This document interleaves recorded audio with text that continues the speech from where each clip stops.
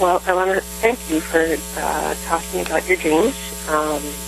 It's really helpful to listen to you talk about your experience and what it was like for you to have that dream, and then the meaning that you get after, as opposed to just reading it. It makes your dreams come alive and the message come alive. Great, thank you. Yes, I'm really liking this process as well, to be able to talk it through. These dreams are like a parable where there's so much involved in them and so many teachings that come from just a story that was given to me, that it's hard to keep it or put it all, on the written page. Each one would basically be a book. But this way, I get an opportunity to really explore more of the teachings of the Spirit and some of the spiritual principles that are presented in these dreams. So it helps all of us to use them more in our life and to explore the ways that when the Spirit speaks to us and communicates with us, the ways that we can use all of that to really move along on our spiritual path, have more miracles in our life, more joy, and more freedom. So I'm glad that you're finding them helpful. I'm really finding them helpful as well. So this one, we're going to talk about the dream that I call the Titanic dream. If you have maybe read the dream, you notice that I talked about my state of mind. And, my state of mind being in a place of fear, also, though, being a spiritual student or a student on a spiritual path, I intellectually knew what I was supposed to be doing, but I was in so much fear and confusion, and obviously listening to the ego solution, that I was finding it really hard to practice. So basically my question really was, how can I practice, how can I do my spiritual practice in the light of so much fear, when I'm in so much fear? So that's an interesting question. A lot of times we pray for, help, or we pray for, solutions to our problems. In this case, I knew what I was supposed to do. I knew that my best course of action was to listen to the Spirit. But I was having such a difficult time doing that. So I prayed or asked for help in how can I do that? How can I apply my practice? How can I do what I know is good for me when there is so much fear? So when you... Go ahead. Can I ask you a quick question? Mm-hmm. How did you know it? How did I know that that's what I was supposed to do? Yeah. Yeah. Well, I had been a student of A Course in Miracles for, I'm not sure when this dream came to me. I'm going to say about 6 or 7 years. So I just knew that from my practice, from my study and my practice of that spiritual path. I had come far enough along, at least, to know that there were two voices speaking to me and directing me, and one we'll call the ego and the other we call the Holy Spirit in Course in Miracles language. And I knew that through my practice and my study that our choice is which one would we like to guide us in this moment. So for 7 years I had been, practicing, and I had what I'll call many miracles in my life as a result of choosing the Spirit. And this particular time, having that knowledge of, I know it's good for me. I know, it's like I have a choice between a chocolate piece of cake that's full of, fat and sugar, or this beautiful red apple that's so healthy and will make me feel good. And so I know I have these two choices, and I knew that because of all the practice that I had done and the study that I had done up till that point. So when we come to that place where we know what's good for us, but we can't do it, what a beautiful teaching in this dream, that the Spirit is with us even then, even when we can't make the choice. What a beautiful recognition of that. It's very comforting, and it's very gentle. It wasn't a dream about the Spirit saying, "What the heck is wrong with you? Haven't we practiced this? Don't you know what you're supposed to be doing?" That would be the ego responding. But the Spirit responds in such a gentle and loving way. And I think the very first thing the Spirit was showing me, which I hadn't quite realized, by placing me on the Titanic at the moment the ship is sinking, without any sure plan for survival, by using those symbols, the Spirit was saying, look at this is how much fear you're in. And that actually was very, not soothing for me, but it was a message of have some compassion for yourself. Don't be so hard on yourself. Because I hadn't realized really how much fear I was in. The circumstances did not, would not have equated to that much fear. That's more of a fear of death. So it didn't really come to my full conscious awareness that that's how much fear I was in.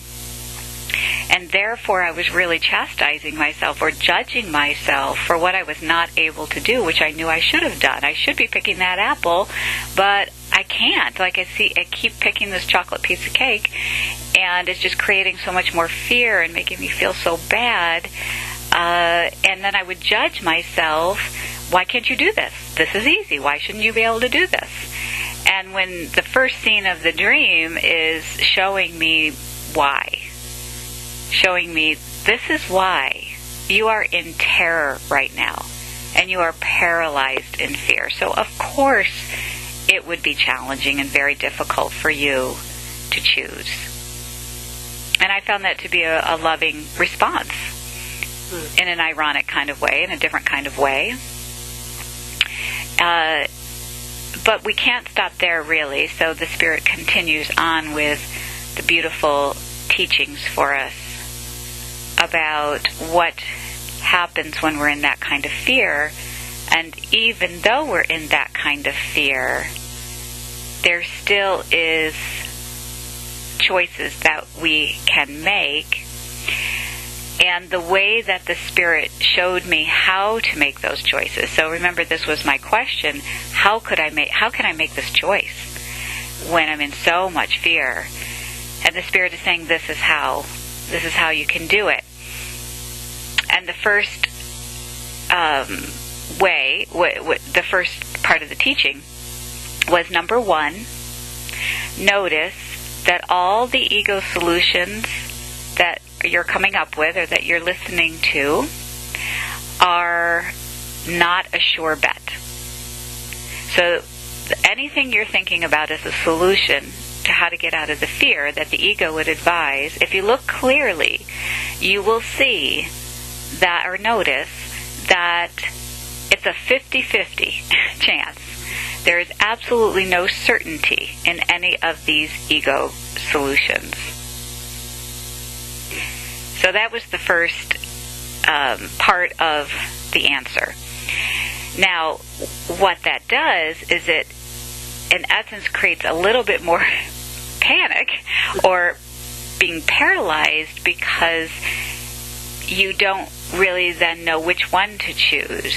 So the difference between myself on the Titanic and the others is that people were in so much panic that they weren't even pausing long enough to notice that these solutions were not certain. They were so panicked that they were just grabbing the first thing that they could think of and hope that it would work. So I was, again, another beautiful and loving message to me was, look how far you've come. You're pausing. Isn't that great? Because if you don't pause and recognize that none of these solutions really are a sure bet, you're certainly not going to turn toward the Spirit. So good for you. Here was another positive to look at your pausing, and you're noticing, yes, that is creating more being paralyzed. In other words, you cannot make a choice because none of those things seem to work or seem to be the sure way to survive. But you are also pausing long enough that you can notice that I'm here with you. So do the people in the dream represent your ego?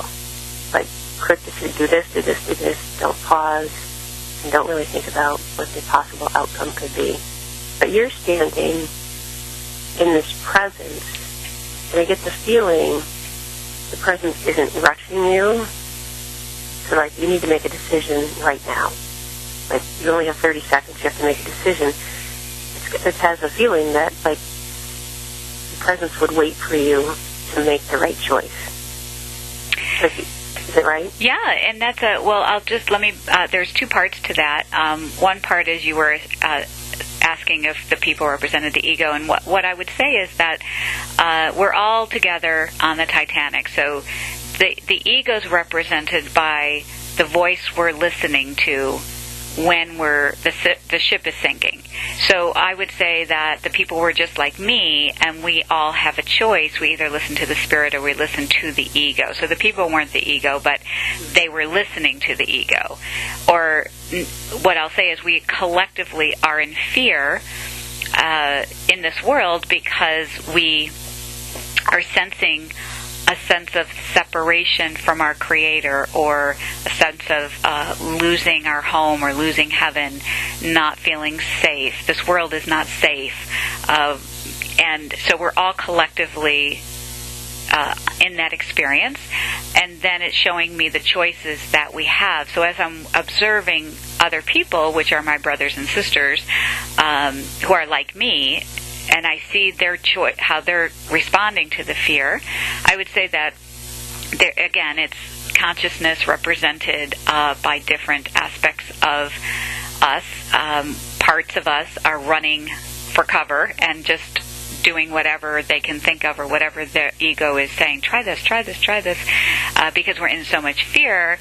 And then our spiritual path, like when we become more aware, we are slowing down a little bit, enough to notice that first, A, we're listening to the ego, and B, the ego really does not know anything. And so, can I just jump in here? I don't want to throw you off of your train of thought, but I'm trying. So, the ego, like everybody going and doing their own thing. Everybody was doing their own thing. It wasn't like a group effort, like people getting together to try and figure out a solution, right? Everybody was off doing their own thing. Mm-hmm. And you teamed up with, or, got the presence, stayed with you, like, let's do this together. You don't have to be on your own. Is that it? Yeah, that's a beautiful noticing. And you also mentioned before the noticing of the spirit being very gentle and not rushing, which does help me. It gives me an opportunity to explain a little bit about, the difference between the timing of everything. At first, it was rush, rush, rush, rush, rush, we're going to die.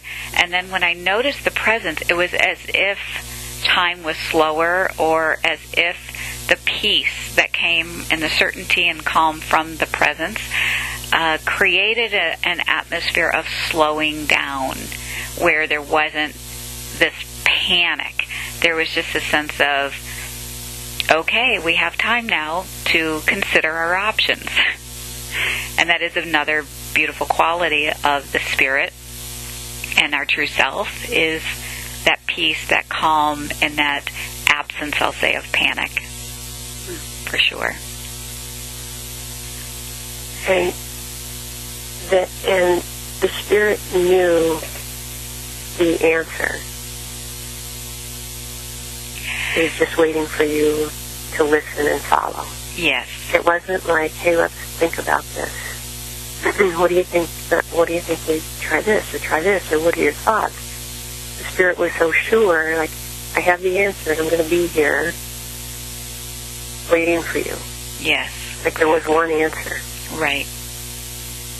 Okay, I just want to make sure I'm understanding. Yeah, that's exactly right. So not only did the spirit have the answer, but also the spirit was 100% certain. Mm-hmm. And to experience that and really experience what that feels like when there is absolutely no doubt. You just absolutely know. I didn't know, but the Spirit knew. And so what that was showing me is that we can still be in a state of confusion. We can still be in fear. We can even still be in doubt. But as long as we connect and follow the Spirit, we don't have to we will eventually have that state of mind as we follow, but to join with the Spirit, to take the hand of the Spirit, to let the Spirit lead us, we just have to rely on the Spirit's certainty. And that's another beautiful teaching in the dream, because I think often on the spiritual paths, what we do as students is we think we have to achieve a certain state of mind on our own. We have to figure out, how am I going to get to this place of peace? How am I going to get to this place of certainty? How am I going to let go of doubt? And the dream was showing us that it is okay for you to come to the Spirit with this state of mind, because the Spirit doesn't need you to be a certain way. The Spirit is there to help you. The Spirit is already peaceful, certain, knows the way, has the answer. You just need to come and join to receive it. Somewhere inside, that voice, like when the presence, you recognize that the presence had the right answer. You didn't go on blind trust. Even though it kind of sounds like you did, there had to have been a feeling of, I would think, right, a feeling of they know or trust. It was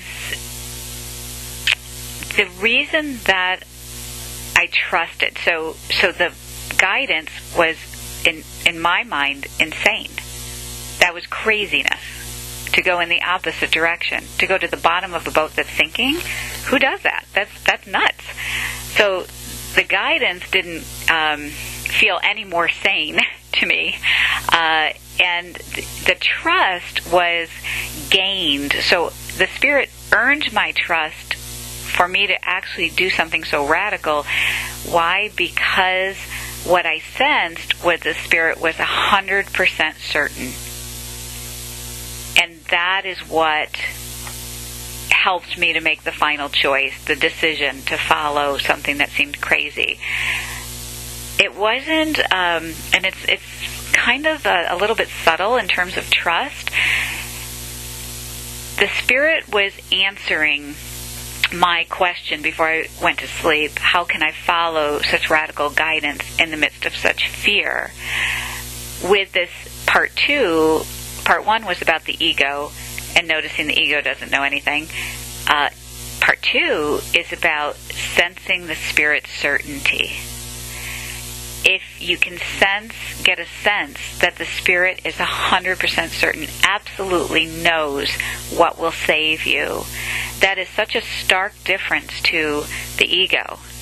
And really to, we'll say, any advice you get in the world. Because you can sense underneath the doubt. Try this, try that. And because of the difference between what it feels like when something is 100% certain versus something is doubtful, you naturally would go toward the thing that's certain. The trust came with the actual experience of going to the bottom and not having it kill me. And we'll say, going to the bottom but having a miracle instead of what I thought was going to happen. Then the trust came. So I would say it was faith first. And where do we get our faith? In order to do something so radical, where do we get our faith from? We get it from sensing the Spirit's certainty and knowing. And then trust is built by experience. It's kind of like, have you ever heard of these, people do trust walks where you blindfold one person and the other person guides you, or you fall backwards into somebody's arms. You gain the trust after they catch you. You gain the trust after you're done walking through the forest and you haven't hit your head up against any trees. And then you say, oh, you're trustworthy. But to actually follow blindly you have to have faith. Or you have to have a sense that they are 100% certain they know where they're going. They're 100% certain they're going to catch you. And that is what helps you follow, or it helps you fall into their arms. Okay. So this might be a good time to ask you about the spiritual meaning of going down to the bottom of the boat. Yeah, that is, I know when people read this particular dream, they have a lot of questions of what does it mean by the bottom. And I think there's two aspects of it. Again, there's a larger spiritual principle, and there's more of an individual thing in our everyday life that we can take from going down the elevator to the bottom of the boat. So the larger metaphysical principle that was taught is, I can see the elevator as really our spiritual path, where we take the hand of the Spirit. Doesn't matter what spiritual path you follow, you're taking the hand of God, Spirit, your true self, higher self, whatever you call it, and you begin a spiritual path. And a spiritual path leads you from fear to love, or from the sense of a separated self to the true self. So the elevator to me represented the whole spiritual path that we take. That every day that we're practicing, every day that we follow our path, as we follow this path to awakening, we are safe. We will experience miracles all along the way. We don't have to be afraid as long, as we're holding the hand of the Spirit, or following our guidance, or following our teacher, our inner teacher. That all along our spiritual path can be joyful. It can be peaceful. It can be full of miracles. And then you get to the bottom. And the bottom is, on a larger metaphysical meaning, the bottom represents to me the awakening, the awakened, the moment where you wake up and you realize this is really what I am. That's to me what the bottom is. So when you hit the bottom, it propels you out of the boat. So let's say the boat is the world, or the boat is our limited state of consciousness, or egoic consciousness. It lifts you out, and you're in the awareness of oneness. You're in the awareness. There's so many different names to it. The fifth dimension, a higher state of consciousness, Christ consciousness, the consciousness that where you become aware that you are in heaven, that you are existing in heaven. So that is the larger, I think, meaning of going to the bottom. The micro meaning of it is, let's take it into our everyday life, minute by minute, where we're in our life practicing, choosing between the ego and the Spirit. To me, going to the bottom is, in that sense, taking the moment that we're in fear, the moment we're confused, making the choice to not listen to the voice of fear, the voice of the ego. Listen to the Spirit, and the Spirit will take you into the depth of your consciousness, which in a Course language they call it a holy instant. In that instant you go to the depth of your consciousness, your state of mind where heaven is. And the Spirit leads you to that place of awareness where you have an instant where you recognize, or you get a glimpse of your spiritual essence, your beingness, your Christ nature, and others' Christ nature. So there's both the larger journey that it represents, but it's also the moment-to-moment journey. All right, do you want to go to the end then? Yes, let's go to the end. So at the very end, you say from now on things are going to be very different. So what do you mean by that? As I'm going down to the bottom and I'm realizing that by following the Spirit, letting the Spirit lead me, that my life was no longer going to be, I was no longer going to live my life by the rules of the world. I could no longer go along that path of what we think saves us in this world. We'll say our laws, our rules, our regulations, the things that we do every day that we don't even realize we do. We follow the certain way that it's, okay, if you get a job, then you make money. If you do this, then this happens, and everybody follows along as if that is the way, that is the only solutions. When I thought, oh my gosh, things are going to be so different now, it's the sense of, I get to live my life in a whole new way. I get to live my life understanding and following, understanding first that I don't have to follow these rules, that there are God's laws. And these laws I can be under. As long as I hold the Spirit's hands, I can be under the laws of God, and I can live a whole different kind of life. It reminds me of the statement, I've heard this quote, living an ordinary life in an extraordinary way. So living an ordinary life, living a life like everybody else is living, where you have your friends, you have your careers, you have your life, but you're living it in an extraordinary way. You're living it from the Spirit. You're living it with the power of God and the power of love coming through your life. And that was that, oh wow, this, when you take the hand of the Spirit, miracles happen. Things that you can't even imagine happen. And so I could never go back to living life the way that I had always lived it.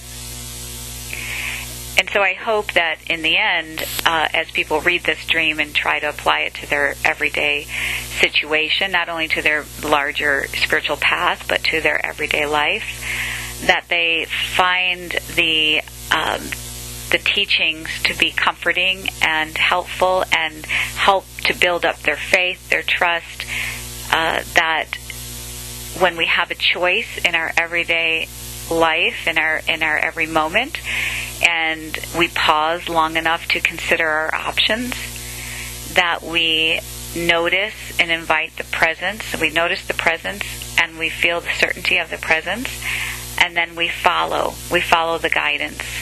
And when we follow the guidance, that is when we will learn that we have just taken the hand of the Spirit who will lead us to a miraculous life. So one last thing for me. So you had this dream 10 years ago or more? Yeah. Mm-hmm. And it's still a great message today, and that your life has been different in the last 10 years? Yes. I mean, after that dream, so that was actually when I really began teaching more of the course. I felt, before that dream, I felt like I should do a more traditional path of getting a job, getting my master's, doing the things that most people would do naturally. But I also had this pull, or this guidance, if you will, to start teaching A Course in Miracles. And that actually seemed kind of radical in my situation of being single and raising 3 daughters. That seemed like a radical movement to do that.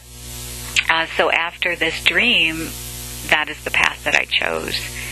And I think that was also the more specific message in there, where I was able to come out of that dream and make that choice in peace and without fear and in trust. And it's been a continuation of that ever since.